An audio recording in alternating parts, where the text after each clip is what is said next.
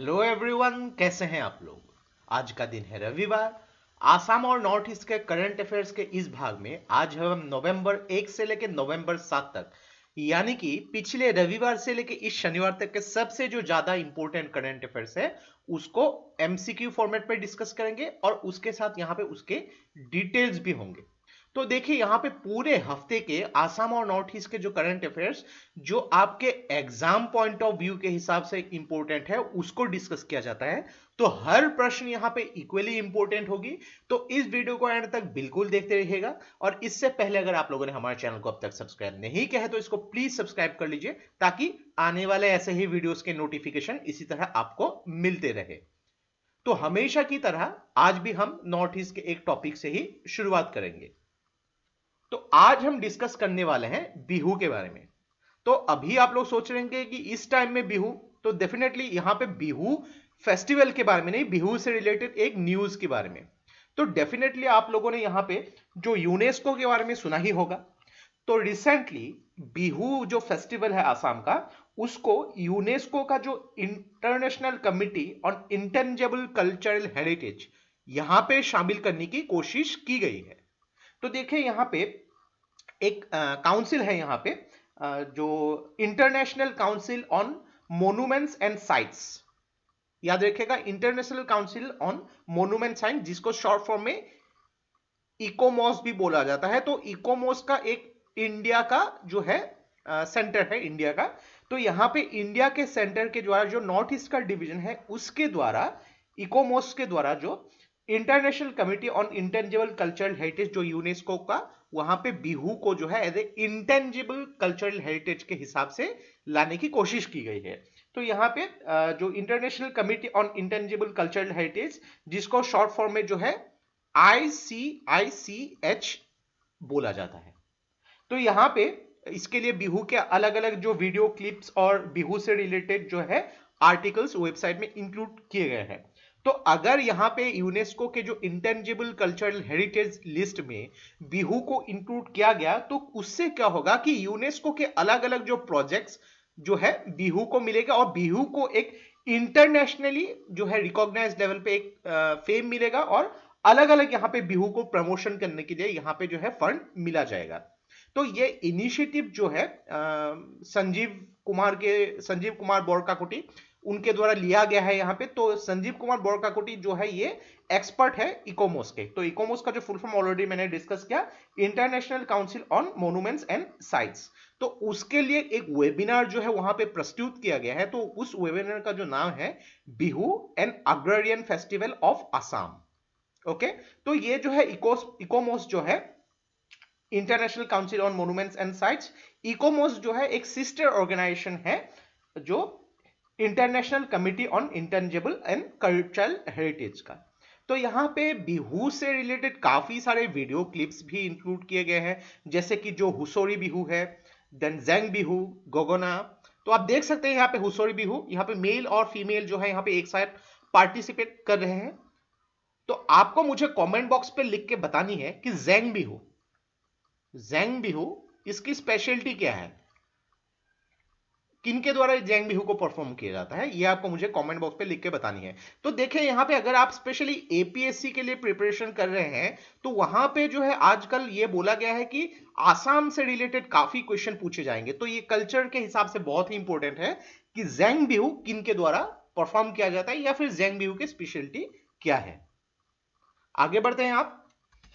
तो जैसे कि आप लोग जानते हैं कि ये सितंबर महीने का जो ईशान हम लोग कुछ दिन पहले जो है अपलोड कर चुके हैं। तो यहाँ पे सितंबर महीने के ईशान में आप जो है आसाम और नॉर्थ ईस्ट के पूरे महीने का जो करंट अफेयर्स उसका एनालिसिस आपको मिल जाएगा। यहाँ पे अलग अलग जो कॉन्टेम्पोरेरी इश्यूज से रिलेटेड, चाहे वो आसाम इकोनॉमी हो, आसाम जियोग्राफी हो, नॉर्थ ईस्ट से रिलेटेड हो, यहाँ पे अलग अलग सोशल इश्यूज हो, यहाँ पे उसके ऊपर अलग अलग एक्सपर्ट के द्वारा लिखी गई जो एसेज है वो आपको मिल जाएगी।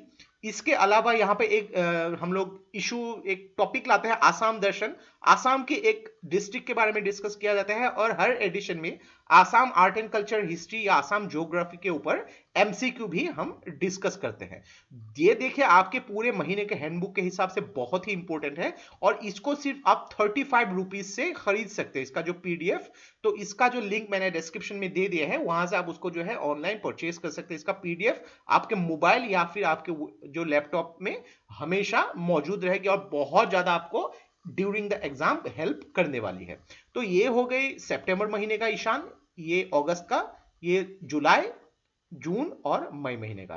तो आई होप नेक्स्ट 1 और 2 डेज में हम लोग जो है अक्टूबर महीने का ईशान भी अपलोड करने वाले हैं। हमारे वेबसाइट को विजिट करते रहिएगा और डेफिनेटली आपको अक्टूबर महीने का जो भी ईशान मिल जाएगी बहुत ही जल्दी। तो आगे बढ़ते हैं। यहां पे इनमें से कौन से इंस्टीट्यूशन ने रिसेंटली आसाम, मेघालय और नागालैंड, इन 3 राज्यों को यहां पे नोटिस भेजा है कि फायर क्रैकर्स के पॉल्यूशन से जो है बचने के लिए? तो जैसे कि आप लोग जानते हैं कि दिवाली बहुत ही कम दिनों में आने वाली है। तो दिवाली के टाइम में क्या होती है कि पोल्यूशन की वजह से यहां पे बहुत ज्यादा प्रॉब्लम्स होती है। तो यहां पे कौन से इंस्टीट्यूशन ये भेजा, ये आपको बोलना है। तो इसका सही उत्तर है नेशनल ग्रीन ट्रिब्यूनल, ये उसका सही उत्तर है। तो यहां पे देखिए नेशनल ग्रीन ट्रिब्यूनल ने टोटल 18 भारत के स्टेट्स को ये नोटिस भेजे हैं और उनमें से नॉर्थ ईस्ट में से आसाम, मेघालय और नागालैंड को भेजा गया है। एक चीज देखिए यहां पे ड्यूरिंग जो दिवाली के टाइम में एयर क्वालिटी बहुत ही ज्यादा खराब हो जाती है, यहाँ पे सांस लेने के लिए प्रॉब्लम होती है। यहाँ स्पेशली अगर आप देखेंगे दिल्ली में तो इतना ज्यादा धुआं जैसा सिचुएशन होती है। अभी से दिल्ली की जो एयर क्वालिटी ये सीवियर कैटेगरी में आ चुकी है। आफ्टर दिवाली ये बहुत ज्यादा खतरनाक हो जाती है और इस बार तो ये बहुत ही ज्यादा खतरनाक है कि बिकॉज कोविड-19 पेंडेमिक के यहाँ पे स्प्रेड होने की जो पॉसिबिलिटी है ऐसे जो सीवियर क्वालिटी में काफी ज्यादा हो जाती है। तो इसलिए नेशनल ग्रीन ट्रिब्यूनल ने ये जो बात मेंशन की गई है यहाँ पे। तो अलग अलग स्टेट्स ने इसके लिए प्रिकॉशंस लेके रखा हुआ है। उड़ीसा और राजस्थान की गवर्नमेंट ने यहाँ पे बोला है कि सेल करना और यूज करना फायर क्रैकर्स दोनों ही बैन है। उड़ीसा और नागालैंड, उड़ीसा और राजस्थान, सॉरी, इन दोनों ही स्टेट्स ने फायर क्रैकर्स को सेल करना, उसको यूज करना बैन करके रखा हुआ है। तो यहां पे मेनली हम डिस्कस करेंगे ट्रिब्यूनल्स के बारे में। ओके, तो देखिए ट्रिब्यूनल्स आपके इंडियन पॉलिटी के पॉइंट ऑफ व्यू के हिसाब से बहुत ही इंपॉर्टेंट है। तो ट्रिब्यूनल्स क्या है कि एक क्वासी जुडिशियल इंस्टीट्यूशन है जो अलग अलग कोर्ट्स के यहाँ पे काम को कम करती है। आप जानते हैं कि यहाँ पे कोर्ट्स होती है अलग अलग, हाई कोर्ट्स हो गई, डिस्ट्रिक्ट कोर्ट्स हो गई।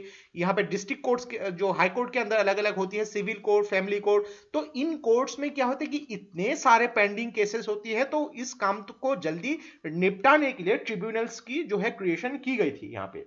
तो यहाँ पे ट्रिब्यूनल्स जो है ये अलग अलग जुडिशियल मैकेनिज्म में स्पेशलाइज रोल प्ले करता है। अलग अलग जो रोल्स के लिए यहाँ पे इंपोर्टेंट उन लोगों को जो है पावर दी गई है। तो मेनली यहां पे अलग अलग जो एनवायरमेंट से रिलेटेड प्रॉब्लम, आर्म फोर्सेस से related problem, tax administrative issues से रिलेटेड प्रॉब्लम्स, उनको देखा जाता है। तो अगर आप बात करेंगे ट्रिब्यूनल्स, तो ट्रिब्यूनल्स के बारे में जब कॉन्स्टिट्यूशन जो है जब उसको स्टार्ट किया गया, उसको जो है रखा गया था, उस टाइम ट्रिब्यूनल्स को कॉन्स्टिट्यूशन ऑफ इंडिया में इंक्लूड नहीं की गई थी। ट्रिब्यूनल्स को इंक्लूड किया गया था 42nd अमेंडमेंट एक्ट 1976 और 42nd अमेंडमेंट एक्ट 1976 को जो है मिनी कॉन्स्टिट्यूशन भी बोला जाता है, जिसको आप जानते हैं। और अगर देखेंगे इंडियन कॉन्स्टिट्यूशन के आर्टिकल 323 ए में जो है एडमिनिस्ट्रेटिव ट्रिब्यूनल्स के बारे में मेंशन है और जो आर्टिकल 323 बी में जो है मेनली जो ट्रिब्यूनल्स अलग अलग मैटर से रिलेटेड वहां पे मेंशन है। तो देखिए यहां पे आर्टिकल 323 बी के हिसाब से पार्लियामेंट और स्टेट लेजिस्लेचर को ये ऑथोराइजेशन दी गई है कि अलग अलग ट्रिब्यूनल्स उसकी जो है उसको क्रिएट किया जा सकता है अलग अलग टॉपिक्स के ऊपर। जैसे कि यहाँ पे टैक्सेशन हो गई, फॉरेन एक्सचेंज हो गई, इंडस्ट्री एंड लेबर से रिलेटेड हो गई, लैंड रिफॉर्म हो गई, यहाँ पे अगर अर्बन प्रॉपर्टी के सीलिंग के हिसाब से हो गई, यहाँ पे एजुकेशन हो गई, एजुकेशन और एजुकेशन से रिलेटेड हो गई, यहाँ पे इलेक्शन से रिलेटेड हो गई, पार्लियामेंट और स्टेट्स के यहाँ पे फूड स्टाफ से रिलेटेड हो गई। तो अलग अलग ट्रिब्यूनल्स यहाँ पे अलग अलग टॉपिक्स के ऊपर यहाँ पे निरीक्षण करती है। तो अगर बात करेंगे यहाँ पे सेंट्रल एडमिनिस्ट्रेटिव ट्रिब्यूनल, तो एक चीज देखिए, हर ट्रिब्यूनल एक जो है पार्लियामेंट के एक्ट के बाद उसको लाया गया था, यानी कि वो पर्टिकुलर ट्रिब्यूनल जो है उस टॉपिक से रिलेटेड चीजों को हैंडल करेगा। तो सेंट्रल एडमिनिस्ट्रेटिव ट्रिब्यूनल जो है इसको लाया गया था 1985 के एक्ट के बाद। देन अगर बात करेंगे आर्म फोर्सेस ट्रिब्यूनल, इसको लाया गया था 2007 के एक्ट के बाद। देन अगर बात करेंगे नेशनल ग्रीन ट्रिब्यूनल, इसको लाया गया था 2010 में। और अगर बात करेंगे जो इनकम टैक्स अपीलेट ट्रिब्यूनल हो गए यहाँ पे, वाटर डिस्प्यूट ट्रिब्यूनल, उसको लाया गया था 1956 में, काफी पुरानी है वाटर डिस्प्यूट ट्रिब्यूनल। तो नेशनल ग्रीन ट्रिब्यूनल के बारे में बात करें तो नेशनल ग्रीन ट्रिब्यूनल जो है एक स्टैट्यूटरी बॉडी है। इसके जो चेयरपर्सन का नाम है आदर्श कुमार गोयल। ओके, तो रिसेंटली एनजीटी ने जो है यहाँ पे पर्यावरण का, ताकि यहाँ पे नाम से ही पता लगता है पर्यावरण एनवायरनमेंट से रिलेटेड टॉपिक्स के ऊपर यहाँ पे बात करती है। अगर कुछ यहाँ पे उसकी उल्लंघन की गई तो मेघालय, आसाम और नागालैंड को नोटिस भेजा है कि एनवायरनमेंट को ताकि हानि ना पहुंचाए, एयर क्वालिटी सीवियर कैटेगरी में ना जाए, उसके लिए प्रिकॉशन लेने के लिए। तो दिवाली से पहले डेफिनेटली आपको जो अलग अलग स्टेट गवर्नमेंट से नोटिसेस मिलना शुरू हो जाएगी कि दिवाली में कितने आप जो है टाइम तक पटाखे फोड़ सकते हैं, कैसे कैसे जगहों पे पटाखे फोड़ सकते हैं, सब कुछ यहाँ पे मेंशन किया जाएगा। और अगर बात करेंगे एनजीटी, तो रिसेंटली जो है नेशनल ग्रीन ट्रिब्यूनल ने यहाँ पे कहा है कि बागजान की जो है ऑयल एक्सप्लोजन हुई थी यहाँ पे ऑयल में, बागजान ऑयल फील्ड में।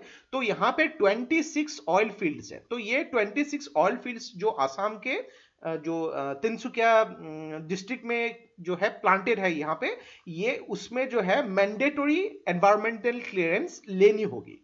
तो जैसे कि आप जानते हैं कि 27 मई 2020 को जो है बागजान के जो है ऑयल फील्ड में यहाँ पे एक्सप्लोजन हुई थी। और उसके बाद, पहले तो यहाँ पे एक्सप्लोजन हुई थी, उसके बाद वहां पे फायर पकड़ लिया। अलग अलग देशों से यहाँ पे एक्सपर्ट आ चुके हैं, लेकिन इसको अभी तक कंट्रोल नहीं कर पाए हैं। लगभग 5 महीने से ज्यादा हो गई, लेकिन ये जो है अब तक इसको जो है बुझाने के लिए नाकामयाब हो रहे सभी।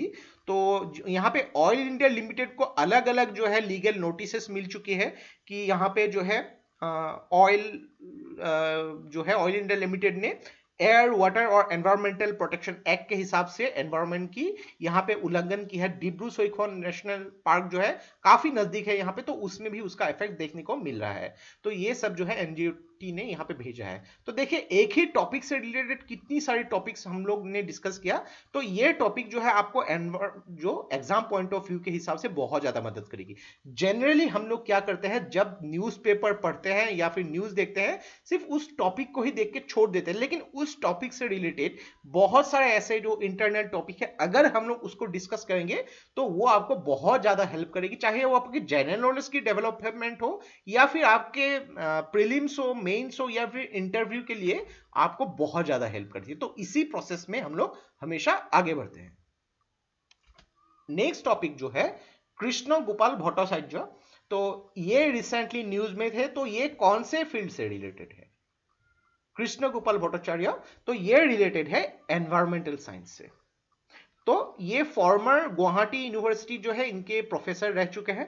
तो ये जो है अभी इन न्यूज में थे बिकॉज इंडिया में जो है अलग अलग साइंटिस्ट की रैंकिंग की गई है। तो इंडिया में उनकी रैंकिंग जो है in terms of scientist in the environmental science field में तीसरे नंबर पे है। देखिए, इंडिया के तीसरे नंबर के साइंटिस्ट, और पूरे दुनिया में इनकी जो रैंकिंग है 235।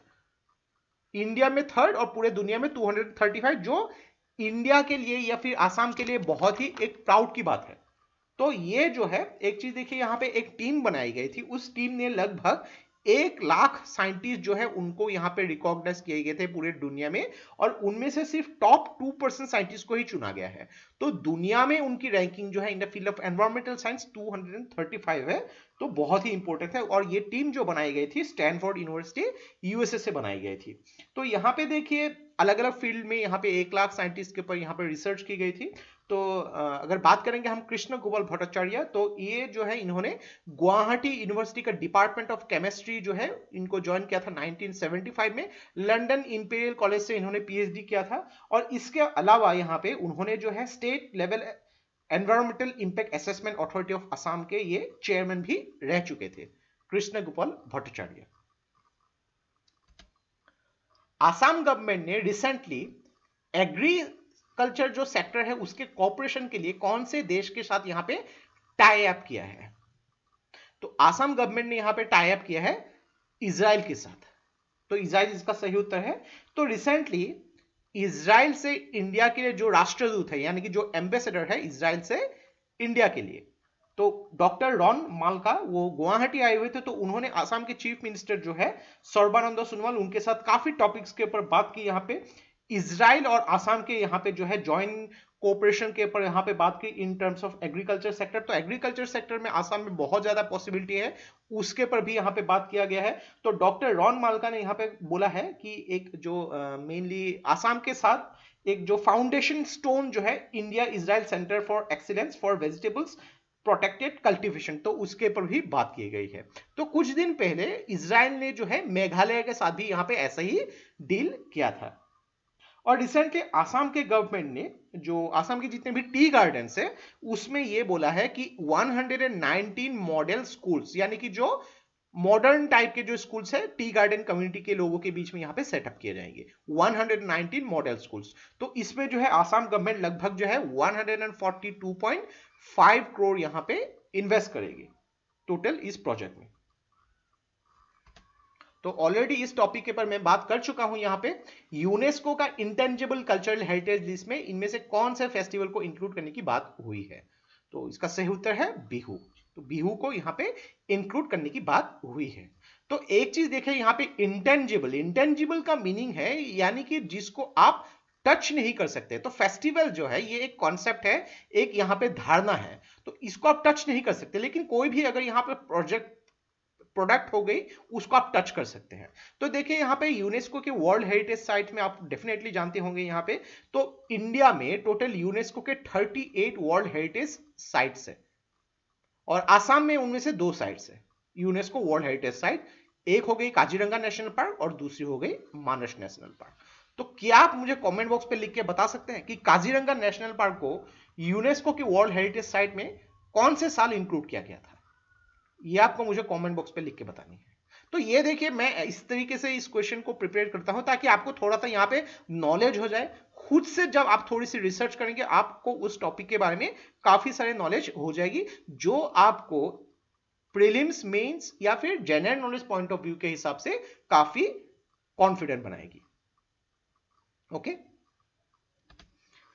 तो नेक्स्ट क्वेश्चन जो है कौन से स्टेट कैबिनेट ने recently Saint Xavier's university bill इसको अप्रूव किया है? तो सेंट जेवियर्स यूनिवर्सिटी बिल इसको जो अप्रूव किया है मेघालय के गवर्नमेंट ने। तो एक ड्राफ्ट जो है यहाँ पे मेघालय के जो एजुकेशन डिपार्टमेंट ने लाया गया था, तो यहाँ पे जो है उसको मेघालय के कैबिनेट ने अप्रूव किया है। तो यहाँ पे ये बोला गया है कि सेंट जेवियर्स यूनिवर्सिटी ये जो है ये रन किया जाएगा जेसुइट सोसाइटी। जेसुइट जो है यहाँ पे ये सोसाइटी जो बोला जाता है यानी कि जो क्रिश्चियन कम्युनिटी के अंदर ये सोसाइटी फॉर जीसस इसको बोला जाता है। तो ये एक रिलीजियस ऑर्डर है बाय कैथोलिक चर्च के द्वारा।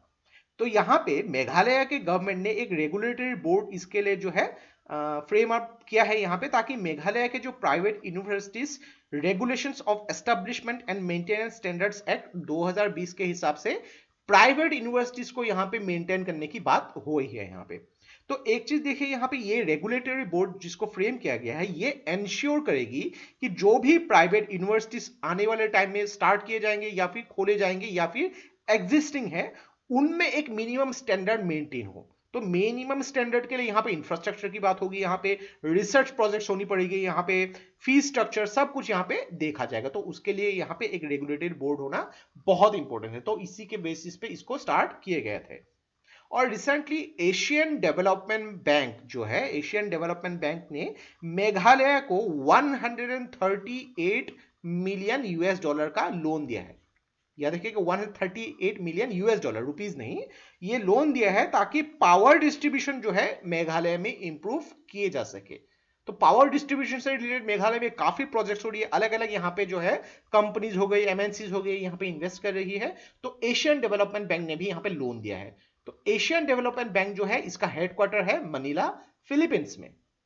तो ये भी बहुत इंपॉर्टेंट न्यूज है। तो देखिए यहाँ पे नंबर ऑफ न्यूज अगर देखेंगे आपको काफी कम मिलेंगे, लेकिन हम लोग वही न्यूज लाते हैं जो आपके एग्जाम पॉइंट ऑफ व्यू के हिसाब से किसी ना किसी एंगल से रिलेटेड है, और ये सारे जो टॉपिक्स है ये आपको बहुत ज्यादा हेल्प करेगी किसी ना किसी बेसिस पे। तो अब यहाँ पे अभी तक जो है आसाम और नॉर्थ ईस्ट करंट अफेयर्स के जितने भी वीडियोस हम लोगों ने डिस्कस किए हैं, सारे के सारे वीडियोस को प्लेलिस्ट बना के मैंने डिस्क्रिप्शन में दे दिया है, वहां से आप उसको फॉलो कर सकते हैं, और इस वीडियो का जो पीडीएफ है आपको हमारे वेबसाइट में मिल जाएगी। दोनों ही जो लिंक मैंने डिस्क्रिप्शन में दे दिए हैं वहां से आप उसको फॉलो कर सकते हैं। तो ये था हमारे पूरे हफ्ते के आसाम और नॉर्थ ईस्ट का करंट अफेयर, जिसको हम लोगों ने एमसीक्यू फॉर्मेट में डिस्कस किया। आशा करते हैं इससे आपको बहुत कुछ चीजें सीखने को मिला होगा, और ये वीडियो अगर आप लोगों को अच्छा लगा इसको प्लीज लाइक कीजिए, इसको सब्सक्राइब कीजिए, इसको शेयर कर दीजिए, क्योंकि ऐसे वीडियोस बनाने के लिए हम लोग को बहुत ज्यादा मेहनत और रिसर्च की जरूरत होती है, और आप लोग का सपोर्ट हम लोग को बहुत ज्यादा इंस्पायर करता है और भी हार्ड वर्क करने के लिए। तो आज के लिए बस इतना ही। Enjoy your Sunday, take care, thank you and जय हिंद।